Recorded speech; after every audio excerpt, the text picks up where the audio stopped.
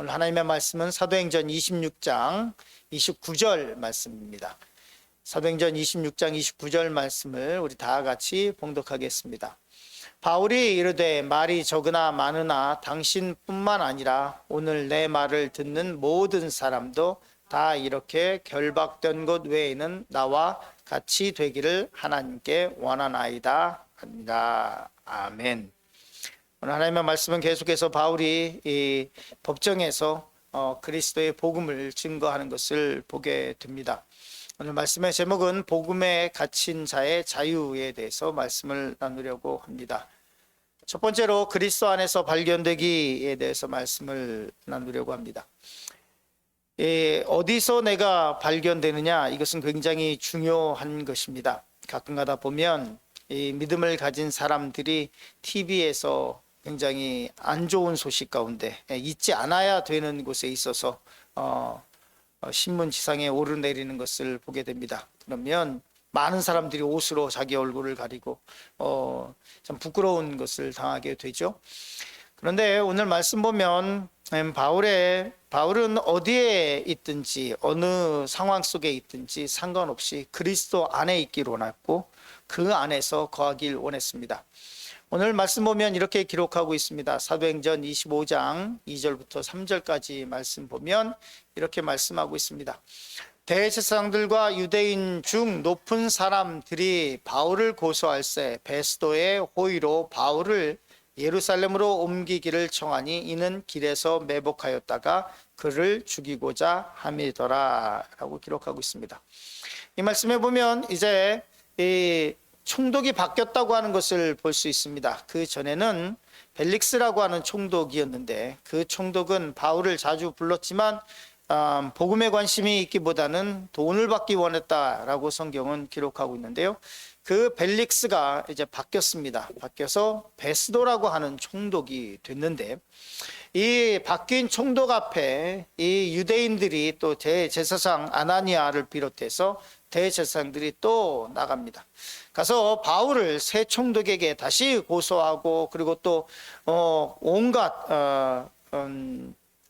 모함을 해서 이 바울을 죽이려고 합니다. 그리고 얼마나 성경에 기록된 대로 부드러운 혀들을 가졌는지 그들의 속마음은 얘기하지 않고 뭐라고 얘기하고 있냐면 베스도의 호의로, 즉 다시 말해서 베스도에게 호의를 좀 베풀어 주십시오. 우리가 예루살렘에서 이 가이사랴가 아니라 예루살렘에서 이 바울을 신문하고 바울을 예루살렘에서 법정에 세우기 원합니다. 뭐 이렇게 아주 좋게 가서 얘기를 했죠.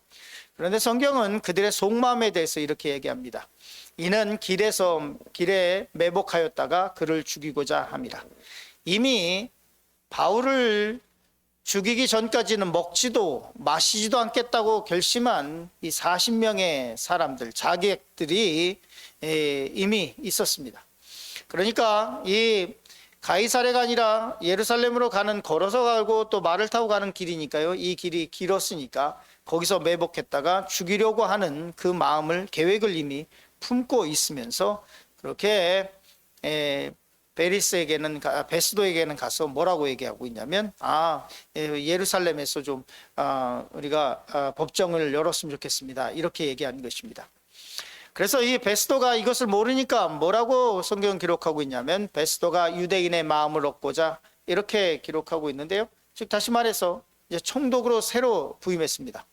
이 사람이 누구의 마음을 얻기 원했냐면 이 유대교의 지도자들, 대제사장들과 유력 인사들, 장로들 이런 사람들의 마음을 얻고자 해서 바울에게 묻습니다. 내가 예루살렘에 올라가서 이 사건에 대하여 내 앞에서 신문을 받으려느냐 이렇게 얘기를 합니다.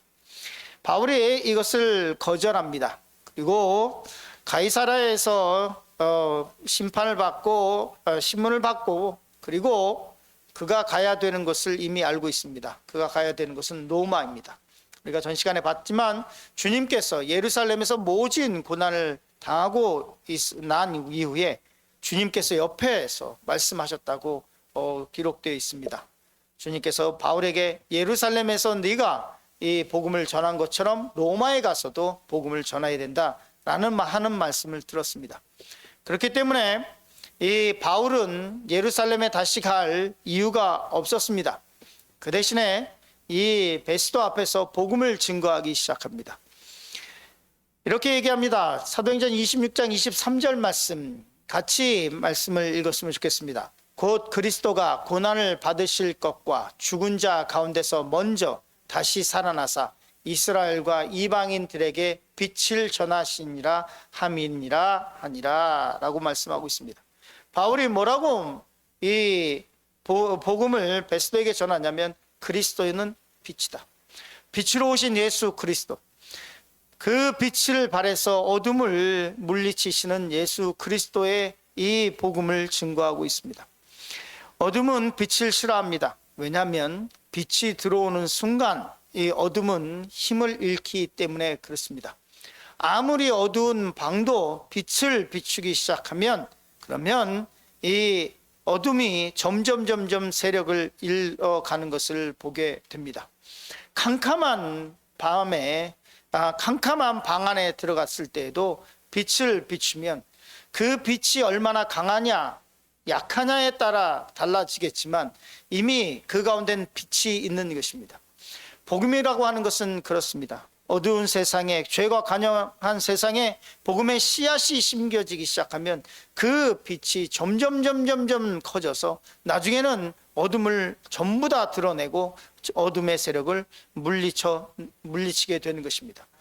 바울은 베스도에게 예수 그리스도, 그는 이스라엘과 이방인들에게 빛을 비추는 빛으로 오신 예수 그리스도다. 세상을 비출 예수 그리스도의 빛을 전하게 됩니다. 그랬더니 이렇게 반응을 합니다. 바울이 이같이 변명하며 베스도가 크게 소리내어 이르되 바울아 내가 미쳤도다. 내 많은 학문이 너를 미치게 한다 하니. 베스도가 이 말씀에서 보면 베스도가 바울에 대해서 이미 알고 있는 것 같습니다. 바울의 학식에 대해서 알고 있고 바울이 어떤 사람이라고 하는 것을 이미 파악한 것 같습니다.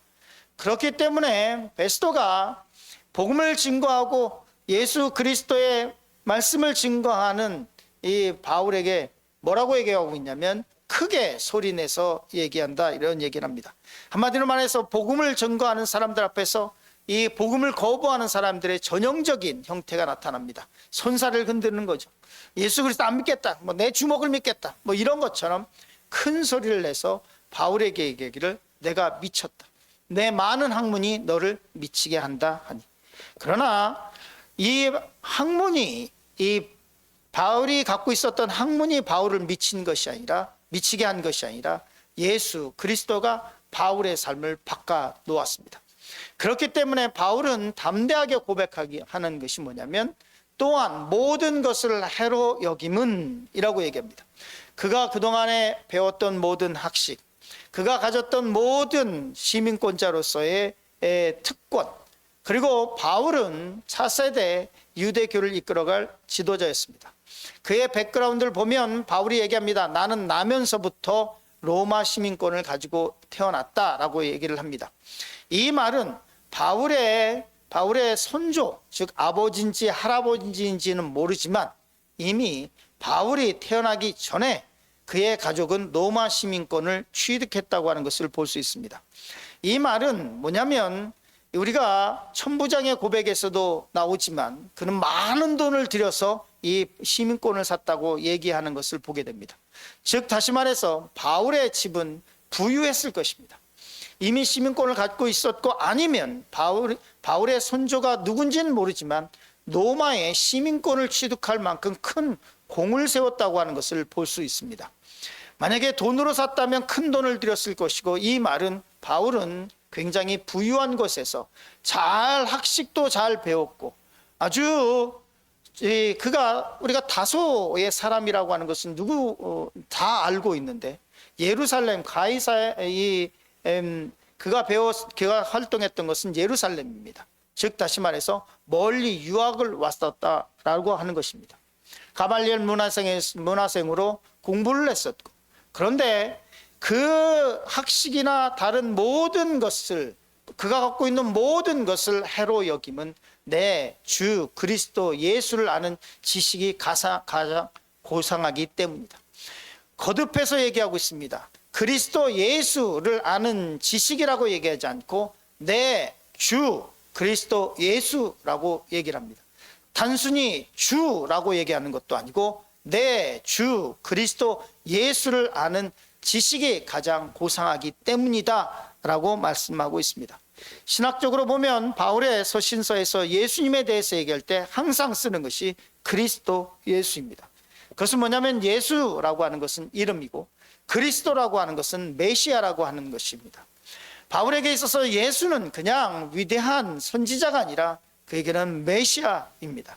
그를 구원한 사람이고 세상을 구원할 사람, 그 구원이시고 하나님의 아들입니다. 그렇기 때문에 예수 그리스도, 그리스도 예수라고 하는 것을 항상 붙입니다. 그리고 그 앞에 또 붙입니다. 내 주 예수 그리스도, 내 주 그리스도 예수를 아는 지식이 가장 고상하기 때문이다. 그의 학식이 그를 미친 게 만든 것이 아니라 예수 그리스도, 그의 표현대로 주 예수 그리스도가 그의 삶을 변화시켰다고 고백하고 있습니다. 그렇기 때문에 계속해서 내가 그를 위하여 모든 것을 잃어버리고 배설물로 여김은 그리스도를 얻고 그 안에서 발견되려 합니다. 바울에게는 소망이 하나 있습니다. 그것은 뭐냐면 그리스도 안에서 그가 발견되는 것입니다. 살다 보면 우리는 세상에서 발견될 때가 있습니다. 우리는 반드시 그리스도 안에서 발견되어야만 합니다. 복음으로 자유한 자에 대해서 말씀을 잠시 나누려고 합니다. 바울이 이 베스도가 다시 또 아그리빠를 초청해서 아그리빠 왕에게, 자기는 총독이었고 왕 앞에서 다시 신문을 받게 됩니다. 사도행전 26장 27절에 보면 아그리빠 왕이여 선지자를 믿으시나이까? 믿으시는 줄 아나이다 라고 질문을 합니다. 즉 다시 말해서 바울은 법정에 섰을 때 자기가 풀려나기 위해서 구명 활동을 하지 않습니다. 그 왕들 앞에서 복음을 증거하기 원했고 그 왕과 또 총독과 귀족들이 모인 자리에서 예수 그리스도가 누구인지를 얘기하기 원했습니다.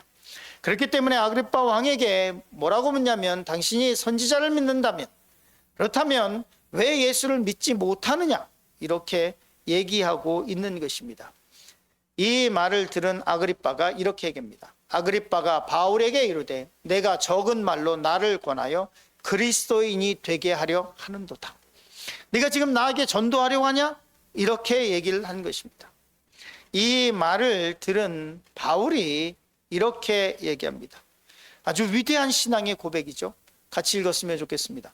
바울이 이르되 말이 적으나 많으나 당신뿐만 아니라 오늘 내 말을 듣는 모든 사람도 다 이렇게 결박된 것 외에는 나와 같이 되기를 하나님께 원하나이다 하니라.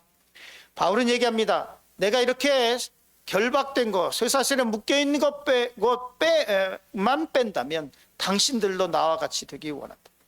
이 법정에서 진짜로 갇힌 사람은 누구일까요?